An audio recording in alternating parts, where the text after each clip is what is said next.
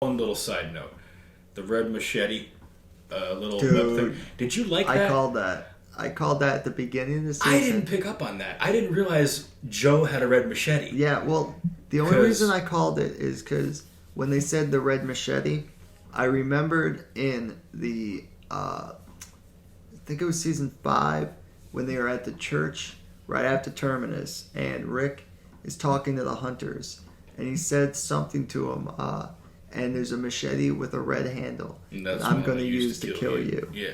And that just stuck in my head. So when it said the red machete, the red handled machete, I was like, I bet you that's the same like machete that Rick. And I was like, I bet you that this is going to be like the origin story on where that came from. Machete. And I honestly, I'm enjoying this. Like the Flight 971 or whatever number that was. It's a weird number. The Flight one. Oh yeah, Fear, like, and then like someone showed up for Fear, but they were only there for like an episode. Then they went adrift, so they might show up in the main show in like 3 years. No, they killed him off. It was stupid. Did they? Okay, yeah. It was dumb. That pissed me off. But to have Joe, and honestly, when it comes right back to it, we never did talks back then. But Joe and the Claimers, I thought were great villains. I think they could have gone a lot further. Yeah. I think they should have been the Hunters. I think they should have done it a little differently, where they were the Hunters and Terminus just didn't exist. Like, yeah, it made sense. That would have been cool. It made sense because there were signs and there was like, okay, we're gonna have to get everyone back together and then do it from there. But I think, the actor, I should know his fucking name. I know who you're talking about. He was on The West Wing, which I've never watched, but apparently he was on The West Wing. But on The Walking Dead, he was such a charismatic asshole. Like, he could have made a good Negan almost. Yeah, like, he could have. Because in the little bit of time we had with him, Daryl meets him, kind of realizes, like, yeah, these are, kind of feral, outdoorsy dudes that, yeah, I can chat with them, they're cool. Except for that one asshole, but he learned very quickly. It's like, as long as you follow the rules, we're cool. And I will kill this dude who's been with me longer because he broke the fucking rules. He's an asshole, and I'm sick of his shit. They're raping, murdering assholes. But like, when he comes up and he punches it in the face and he goes, claimed, pulls it out, I was just like, that little moment there, I think, when I watched it initially, was better than anything I'd seen in the episode. I had to watch it a couple times for me to actually like it. The episode?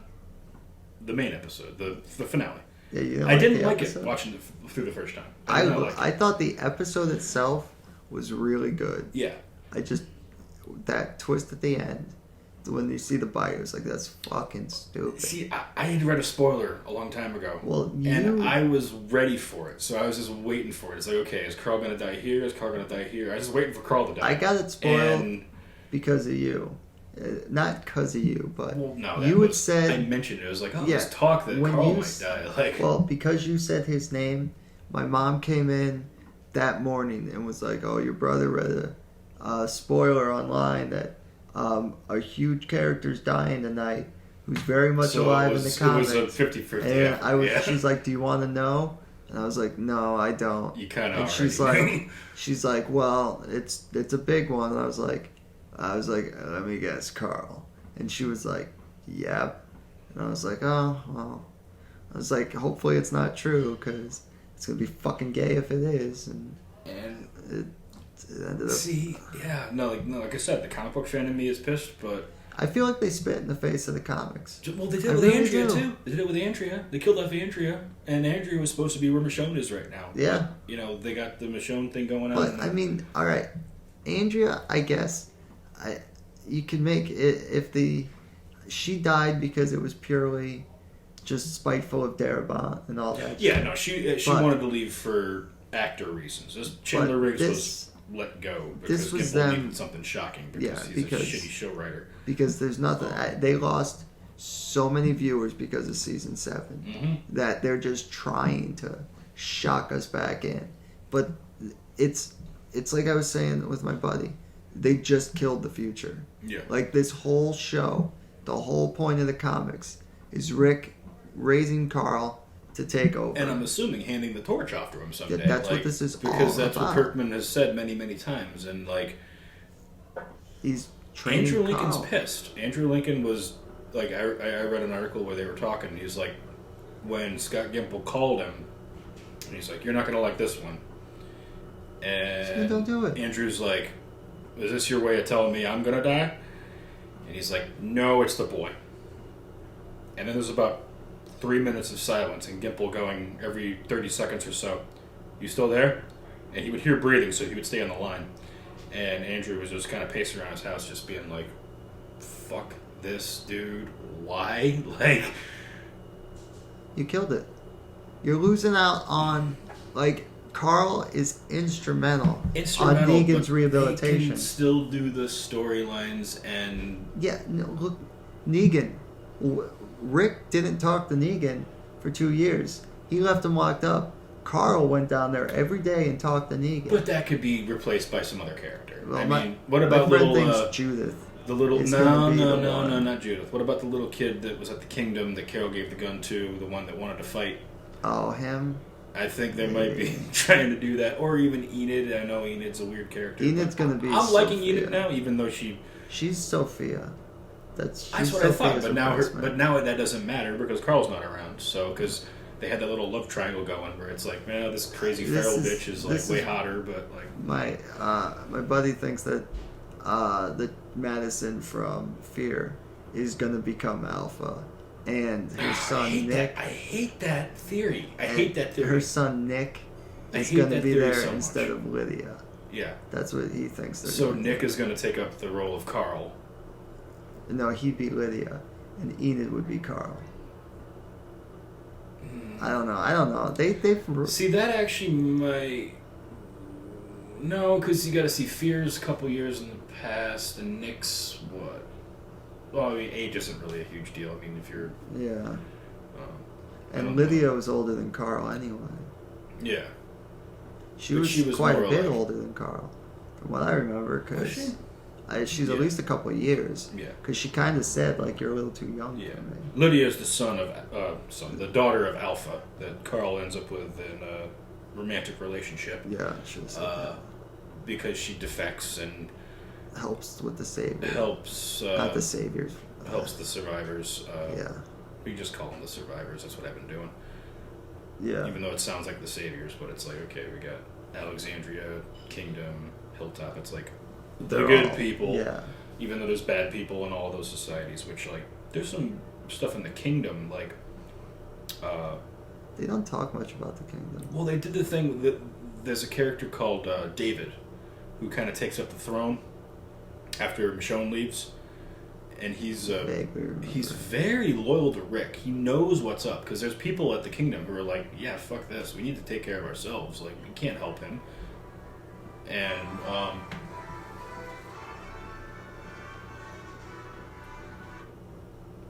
telemarketer. Sweet. Where was I? David Kingdom, Rick. Oh, David Kingdom, yeah. Very loyal to Rick. His own people are wondering what's like. Why are we supporting them? Because they're asking for help for the Whisperer War, and it's not really affecting them at that point because they're only really not really attacking Alexandria, but Alexandria is the only community that's like really scared right now because during the fair, which was all three kingdoms, actually even the Oceanside, because in the comic books the Oceanside exists, but it's different than it is in the show. Yeah, it's not just only women. Enid and Aaron's little failed attempt to show up not empty-handed. Why would you shoot her? Well, she didn't even say anything. Enid, okay, this is the second time. This is the second time Enid has been in the fray and had a moment where she could do it. She had the gun pointed at her in the first episode when they took the guns. She was, shaken behind her because she couldn't do it. She wanted to do it, but this was more of a quick defense thing. And okay, why the hell was the leader of the group out on like a patrol? Like, it makes sense to have like. Well, they were all out there. Was it all of them? No, it was only like a lot of them. It was a couple of people. Like maybe it was a patrol party.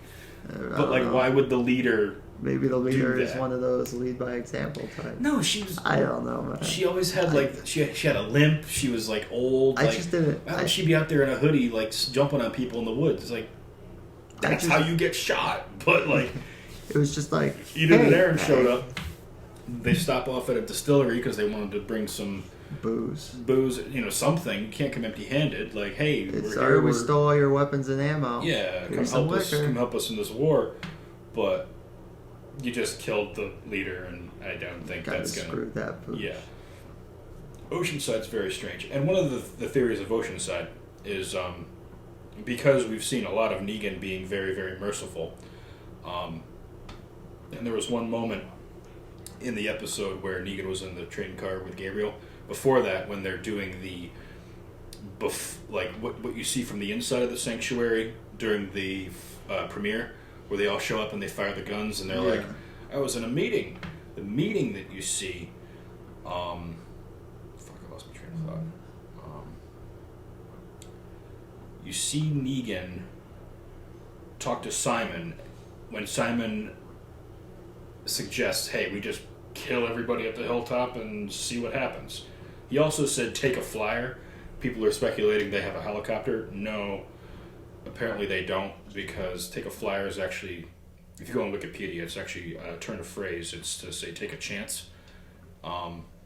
Just take a chance to kill them all and see what happens. Negan gets really pissed. He's slamming on the table with Lucille, which I loved. I thought that was a really great shot with the first time you see that table where Negan sits is just chewing the fuck up, because he's like, no, this is how we're doing it, fuck you. He slams Lucille on the table for a fact. He does that. You can tell he's been doing that for a while. He's like, are we backsliding, Simon? Yeah. And he's like, no, we're not backsliding. I think Simon was the one that ordered the murder of all boys over 14 years old at the Oceanside. That wouldn't surprise me. That would make perfect sense, because that's not something Negan would do. That's something that Simon probably would do, even though right now he's very, with the hilltop, he's like, yeah, no, we're just going to kill one of you. I'm following the rules, but Negan knows that Simon is unstable and unhinged, but can get results. So he keeps him as one of his lieutenants, but he makes sure he keeps him in check. He's like, dude, are we backsliding? And you see Simon kind of bristle. He's like, no, we're not backsliding. Nope. Yeah, no, sir, no, sir. Kind of like he already made that mistake with Oceanside. I think that was a big disciplined. Mistake. Yeah. And that's but why we don't see any wounds on him. It might have just been like a, dude, what are you doing? Like, we don't... No. It might have been like right when they were building Negan doesn't necessarily... Maybe right when they were building it, Simon was off, and like, before he really knew, like, he knew Negan was like a strong-arm kind of guy, but when he gets back to it, he's like, oh yeah, I killed all the men in the thing. And Negan's just like, what? Yeah. Why on earth would you do that, you stupid motherfucker? And then jacks him against the wall and like puts Lucille to his face, and he's like, people are the resources of what we are building here. We need people. We need skilled workers. We need laborers. We need doctors. We need everybody. You can't just kill everybody, because those skills all die with those people. Yeah. So right now, and I still maintain it, Negan is the most level-headed person in the show right now. It kind of seems like that. Even but Daryl. That's the way I've always felt. Daryl's pissing me off. His character makes no sense this year. Although I did like at that. All. At least the show acknowledged that him, Rosita, and Tara have been acting like total fucking assholes for the last 2 seasons. Because when Daryl like realizes that he could have been the one that fucked this by driving the just barely, and Dwight was like, no, Eugene helped. It's like, no, you drove a truck through it. You forced the walkers in. You forced Eugene to make the decision to say, just shoot them all, I'll make more bullets, and that's what they did. Yeah, exactly. But and at least like Rosita kind of was like, we should have never gone there to get Eugene.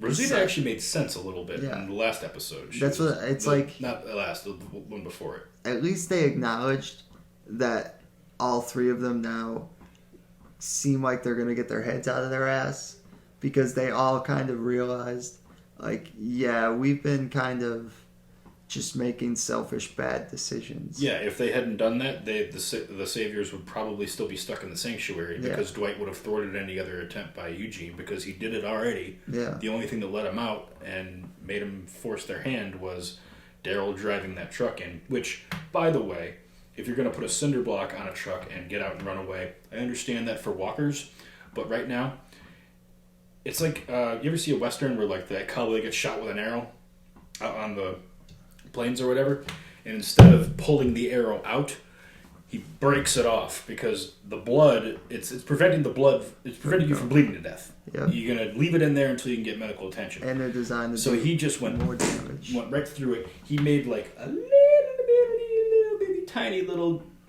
crevice. Yeah. Where they can like maybe shuffle in, but in the next scene you see a gaping hole and Walker's just flooding into it. It's like, okay, you smash through, you throw it in reverse, you drive out a little bit, and then you do that. You don't put a cinder block on it and hope that it's going to hit where you want to hit it. One, you went through 20 walkers to get there. That's going to slow you down a little bit. You're not making it through that cement wall even with a garbage truck. I'm sorry. You might make a...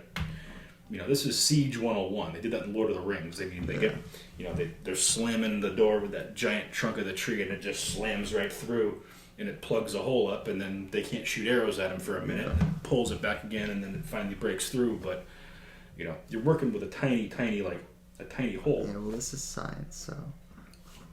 Is it science? Yeah. It's Walking Dead science, I know. Oh, God, yeah. And it's getting...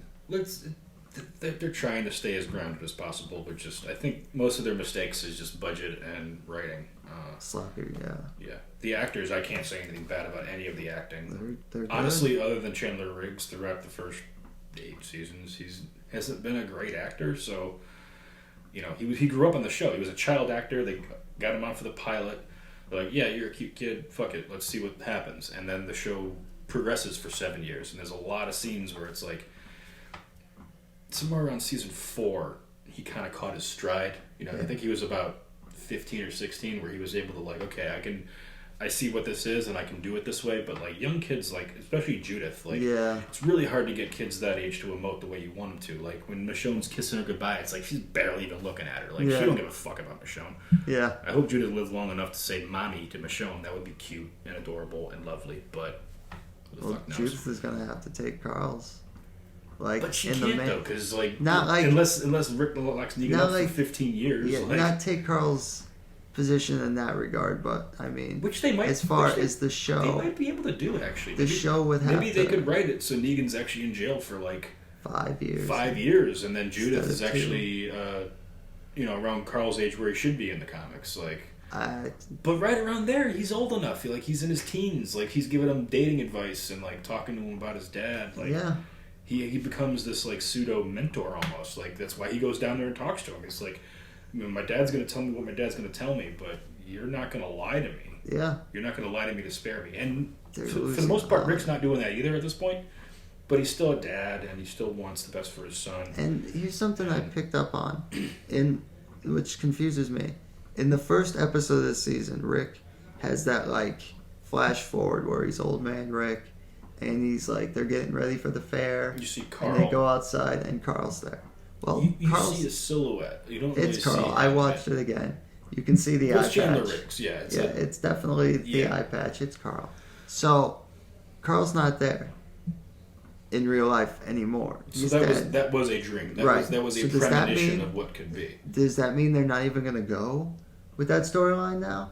Because at first, the old man and the fair and all that. Oh, they'll do that. I guarantee you they'll do that. They can't not do that. That's actually one of the better... Unless they're going to... Well, we say they can't do that, but they just killed Carl, which is like the biggest thing. Which actually makes me very nervous about Negan. Yeah, which is like the biggest thing. Like, it honestly... I remember, like, when I watched this show, it's one of those, like you said, you look at the lineup, and it's like... Well, Carl and Rick are safe. Yeah, no, it doesn't get. You don't get bigger than Carl. Yeah, Carl is the one person who was always safe. Carl was supposed to be the one where in 5 years, when Andrew Lincoln is just burnt out and sick of it, Carl takes over. They can kill Rick, and then they can take it over. And by that point, they're catching up to the comics quite quickly. Yeah. They're not. I don't think they got. It's not like Game of Thrones where it's like they just blew right by all the source material and now they're just waiting on George Martin to put out new books. But there's a lot there, and it's 74 issues were out still too. So that could be, if they structure it properly and there's a lot going on. And with Carl being gone, I think Daryl's going to take a lot of those storylines. But I mean, Daryl's unlikable right now. Like if they're going to kill Daryl, they should do it this season because. Yeah. A lot of people are like, Daryl, what the fuck? Like, That's part of what was making I think me he'll be back like, to normal at the second half. I think he got like... I think he's going to have a Carol not premonition, a Carol episode or a Morgan episode where he's just like, I've killed so many people. I hope not. I killed Morales, like because Rick was genuinely like, dude, what the fuck? Yeah. And several times he's like, I promise you, you can live, you can go on, and Daryl's just like, no, fuck you. Yeah. And it's like, you can see I hope where... not. But I was hoping, this is a very dark part of me that made me kind of think he might pull a Shane with Daryl. Like, if... I thought, I had a feeling Carl was going to die because of the spoiler.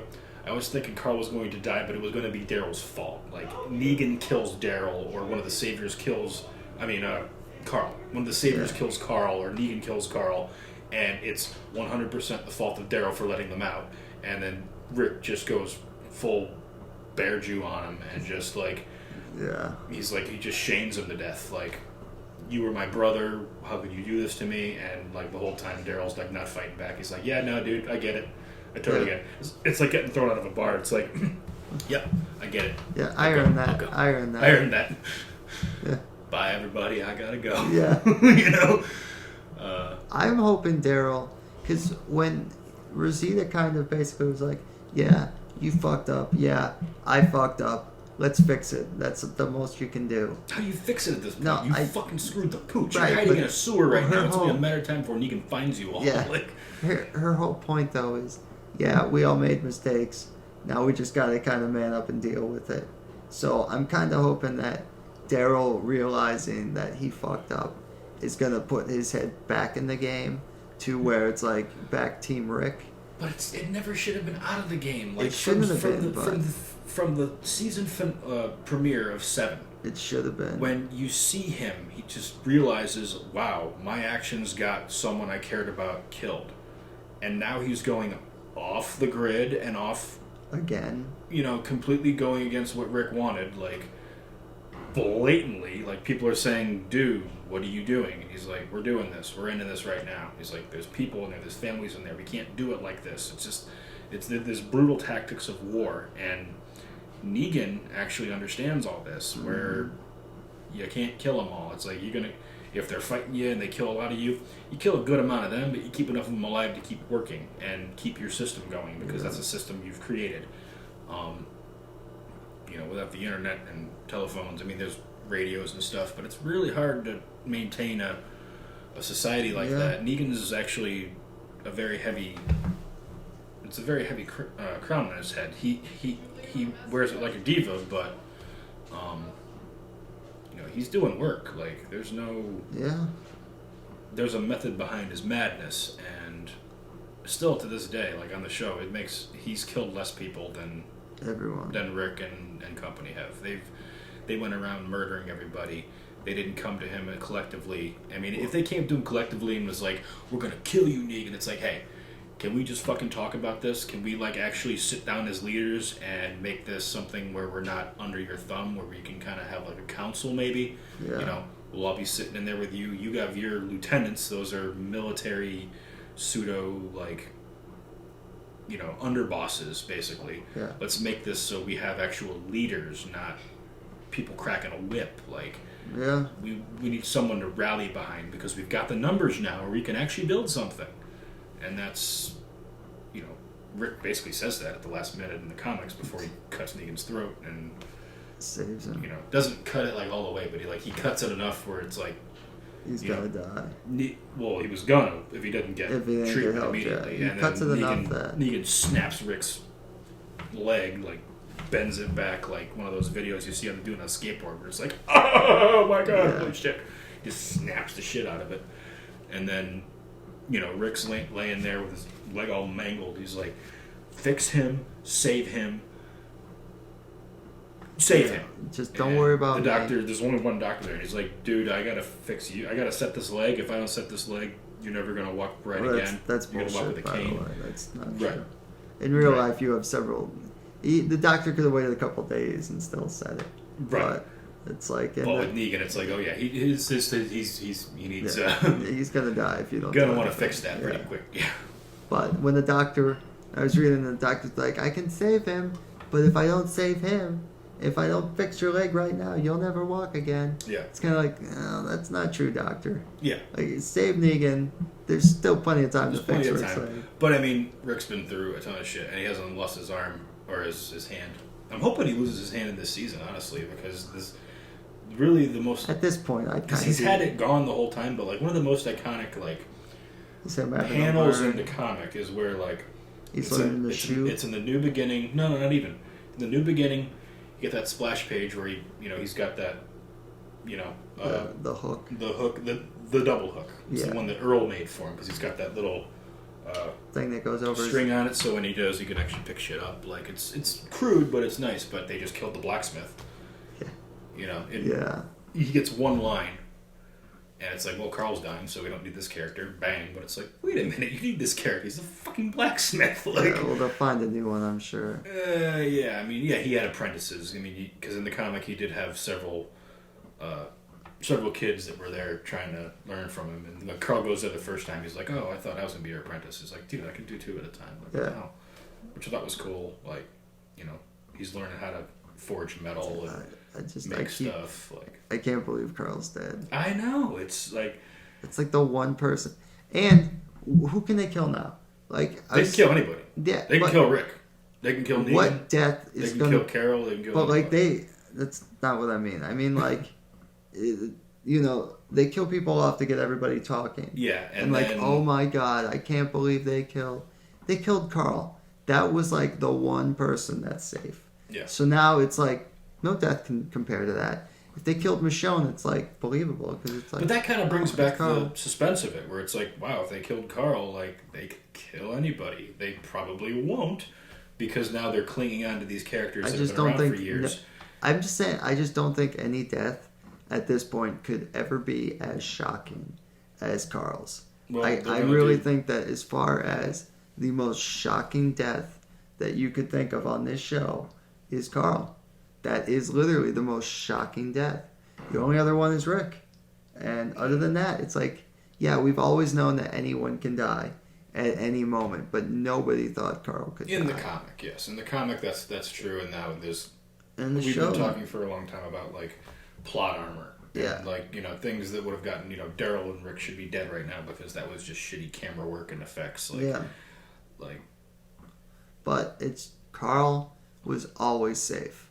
No matter what. And when you kill him, it's kind of like all of us have known that, like, the kill Daryl we riot shit. Yeah. Like, there wasn't. I've got a what would Daryl do shirt, and I've not worn it all year. And I'm this close to actually burning it in an effigy. I think of what was.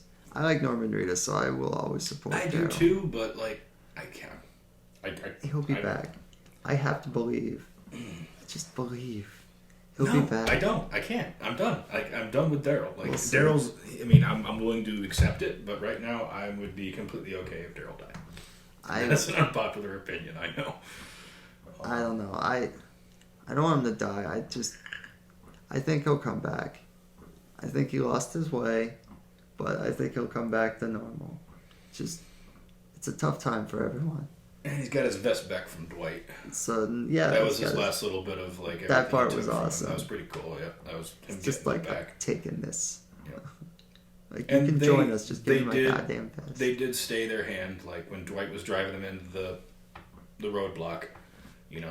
Laura was in there. I guess she's kind of earned the nickname Barcode Chick because she's got a barcode tattoo right here. Yeah.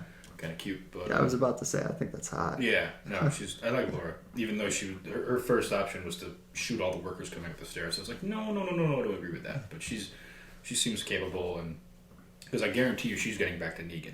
Oh fuck yeah! And apparently, so is Dwight, because in the previews we do see Dwight at the sanctuary. So we're probably gonna get a scene where he catches up with Laura before she gets back there and convinces her to not say anything. Or kills her. Good timing. That was perfect timing. Yeah.